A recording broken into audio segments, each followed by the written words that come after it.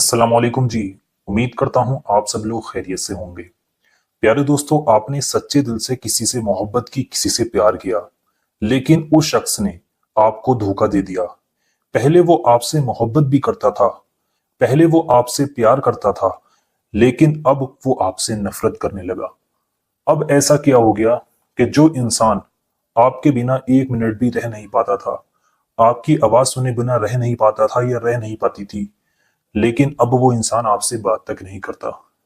आप चाहते हो कि सब कुछ पहला जैसे हो जाए, जैसा पहले आपकी मोहब्बत या आपका प्यार जो भी था, आपका शौहर था, आपकी बीवी थी, जो शख्स आपसे मोहब्बत करता था उसी तरीके से आपसे फिर से मोहब्बत करने लगे, फिर से बातचीत करने लगे, आपका जो रिश्ता खराब हो गया है वो रिश्ता ठीक हो जाए।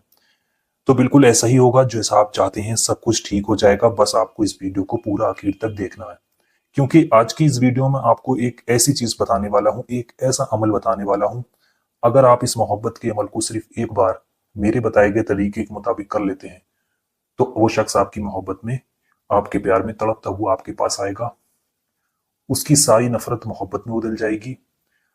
समझ लीजिए, इधर आप इस वजीफे को करते हैं, उधर वो शख्स आपकी मोहब्बत में तड़पता हुआ आपके पास खींचा चला आता है। पूरा वजीफा करने का तरीका इस वीडियो में मैं आपको समझाने वाला हूँ।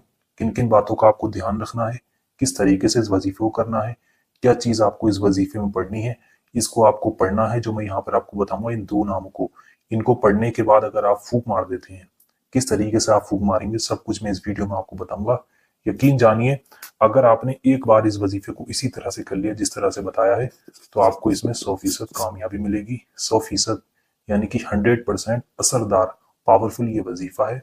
एक बार इसको करना होता है और उसके बाद आपका काम बन जाएगा। तो चलिए दोस्तों, इस वीडियो को शुरू करते हैं। मैं आपको बता देता हूँ कि आपको इस अमल को किस तरह से करना है। अगर आप इस वजीफे में कामयाबी चाहते हैं, आप इस अमल को पूरा सही तरीके से करते हैं और आप चाहते हैं कि मैं एक बार करूं, एक बार में ही मेरा काम बन जाए, तो वीडियो को आपको पूरा देखना है, एक भी सेकंड को आगे पीछे नहीं करना है।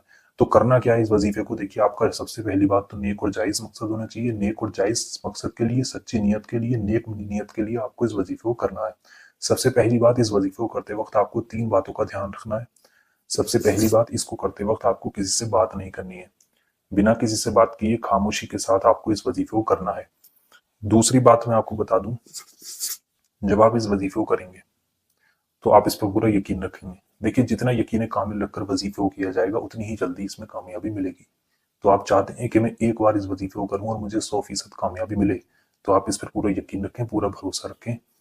और तीसरी बात, आपको पाक साफ हालत में नहा धोकर इस वजीफे को करना है। जिस वक्त में भी आप इस वजीफे को कर रहे हैं, इसको करने का कोई खास वक्त मुकर्रर नहीं है। आपका मन है मुझे इस वजीफे को सुबह में करना है, तो आप इसको सुबह में कर लें। आपका मन है मुझे इस वजीफे को रात में करना है, तो आप रात में कर लें। यानी कि 24 घंटे में किसी भी वक्त इस वजीफे को किया जा सकता है। लेकिन इस वजीफे को जिस भी वक्त में आप कर रहे हैं, उस वक्त आपका पाक साफ होना बहुत जरूरी है। तो इस वजीफे को करने के लिए आपको करना यह है, जिसके लिए कर रहे हैं उसका तस्वुर अपने दिल में रखें, दिमाग में रखें। ना किसी को ले जाकर कुछ खिलाना है, ना किसी को ले जाकर कुछ पिलाना है। आप इस वक्त जिस जगह पर भी मौजूद हैं, वहीं से इस वजीफे को आप कर सकते हैं। इसको करने के लिए आपको करना यह है, जिसके लिए कर रहे हैं उसका तस्वुर दिल दिमाग में रखें, और सबसे पहले शुरू में 3 बार दुरूद पाक पढ़ लें। दुरूद पाक आपके जो भी याद है आप पढ़ सकते हैं। अगर आपके कोई दुरूद पाक याद नहीं है, तो आपकी स्क्रीन पर हरे पर्दे पर ये सबसे छोटी दुरूद पाक दिखाई जा रही है, इस दुरूद पाक को आप 3 बार पढ़ लें।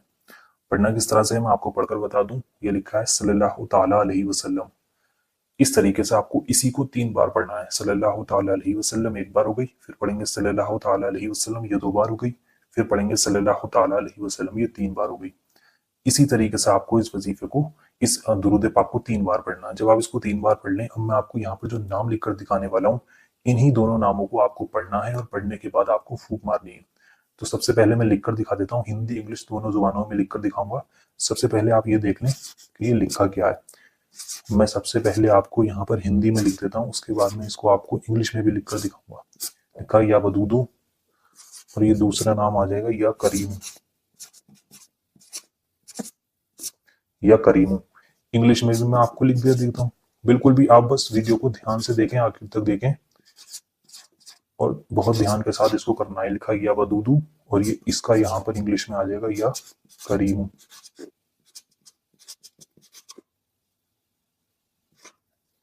इस तरीके से आपको इसको करना होगा। अब इसको पढ़ना कितनी बार है वो ध्यान से समझें। देखिए करना क्या, ये मैंने दोनों नाम लिखकर दिखा दिए, हिंदी में भी लिखकर दिखा दिए, इंग्लिश में भी लिखकर दिखा दिए दोनों नाम।